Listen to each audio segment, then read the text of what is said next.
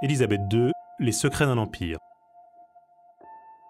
Épisode 4, s'adapter ou mourir.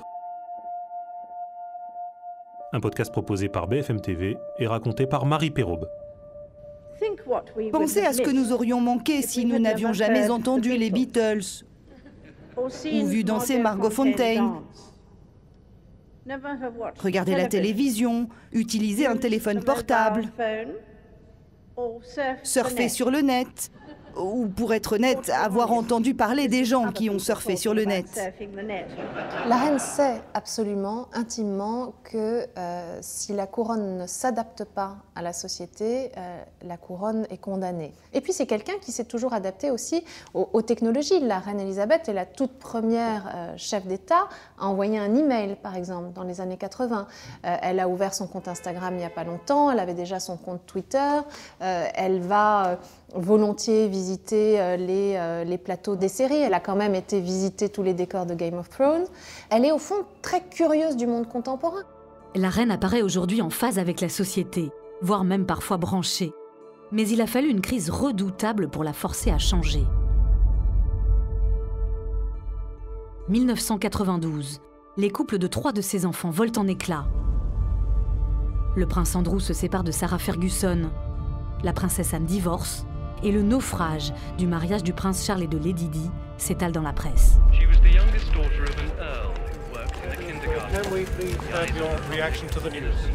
Dicky devait à l'époque surveiller que rien ne transparaisse.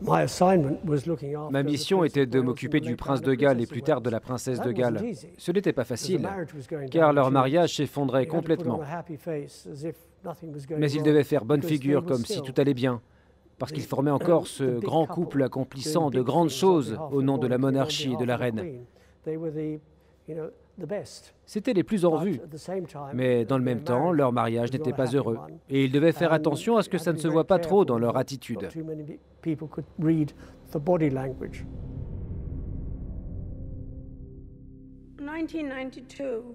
1992 n'est pas une année que je regarderai avec grand plaisir.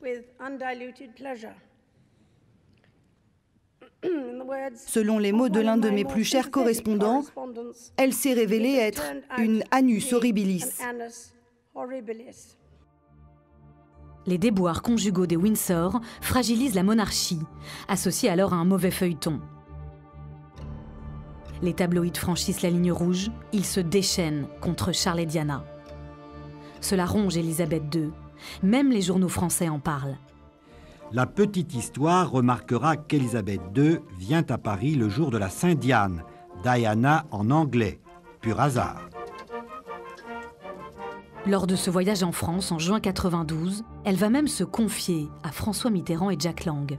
Ce qui nous a beaucoup touchés, François Mitterrand a été très ému, c'est cette façon très humaine avec laquelle elle nous a parlé, je n'ose pas dire de sa souffrance, mais de son désarroi peut-être, au regard des événements qu'elle a traversés, incendie, divorce, séparation, et on ne s'attendait pas non plus à ce qu'elle nous confie sa tristesse, disons.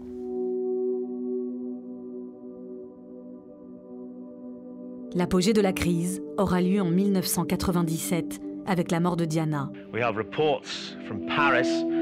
The Diana, Princess of Wales, has been killed in a car accident. Le monde entier pleure la princesse du peuple. La reine apparaît froide et lointaine. Les journaux titrent « Montrez-nous que vous êtes touché ». Tony Blair, alors fraîchement élu, la convainc de sortir de son silence. À la fenêtre de Buckingham, la foule en arrière-plan. Elle se livre. Ce que je vous dis maintenant en tant que reine, mais aussi en tant que grand-mère, je le dis de tout mon cœur. D'abord, je veux rendre moi-même hommage à Diana. Elle était un être exceptionnel et talentueux. Après cela, pour faire survivre son empire, Élisabeth II n'aura d'autre choix que de s'adapter, évoluer. Le 9 avril 2005, elle accepte le remariage du prince Charles avec sa maîtresse de toujours, Camilla Parker Bowles. 6 ans plus tard, en 2011, pour la première fois dans l'histoire de la couronne, un héritier du trône, William, épouse une roturière du nom de Kate Middleton. Mais le signe le plus éclatant de l'ouverture de la famille royale est bien le dernier mariage du clan.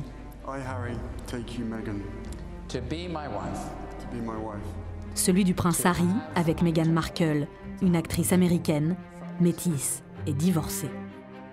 Elle aurait pu s'opposer au mariage de Harry avec Meghan Markle, mais maintenant elle veut que la famille royale se pérennise. Elle veut que la famille royale, ses enfants et ses petits-enfants soient heureux. Donc maintenant, elle accepte certaines situations que jamais auparavant, ni elle, ni son père, son grand-père, ses grands-parents auraient accepté. La reine Elisabeth a ainsi déverrouillé, petit à petit, le milieu conservateur dans lequel elle avait toujours évolué.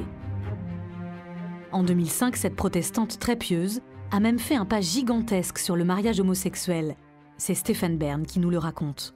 Il y a Elton John qui lui a écrit en lui disant « Écoutez, voilà, je suis marié avec M. David Furnish, je suis sœur Elton John.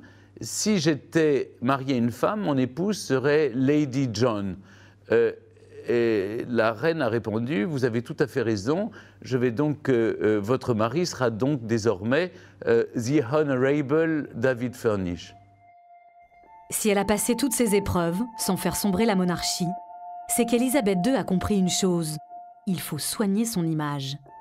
Pour durer, elle doit rester populaire ainsi que sa famille. Elle doit créer une marque puissante et incontournable. C'est ce que vous découvrirez dans l'épisode 5. Élisabeth II, les secrets d'un empire. Un podcast BFM TV à retrouver sur Apple Podcasts, Deezer et Spotify.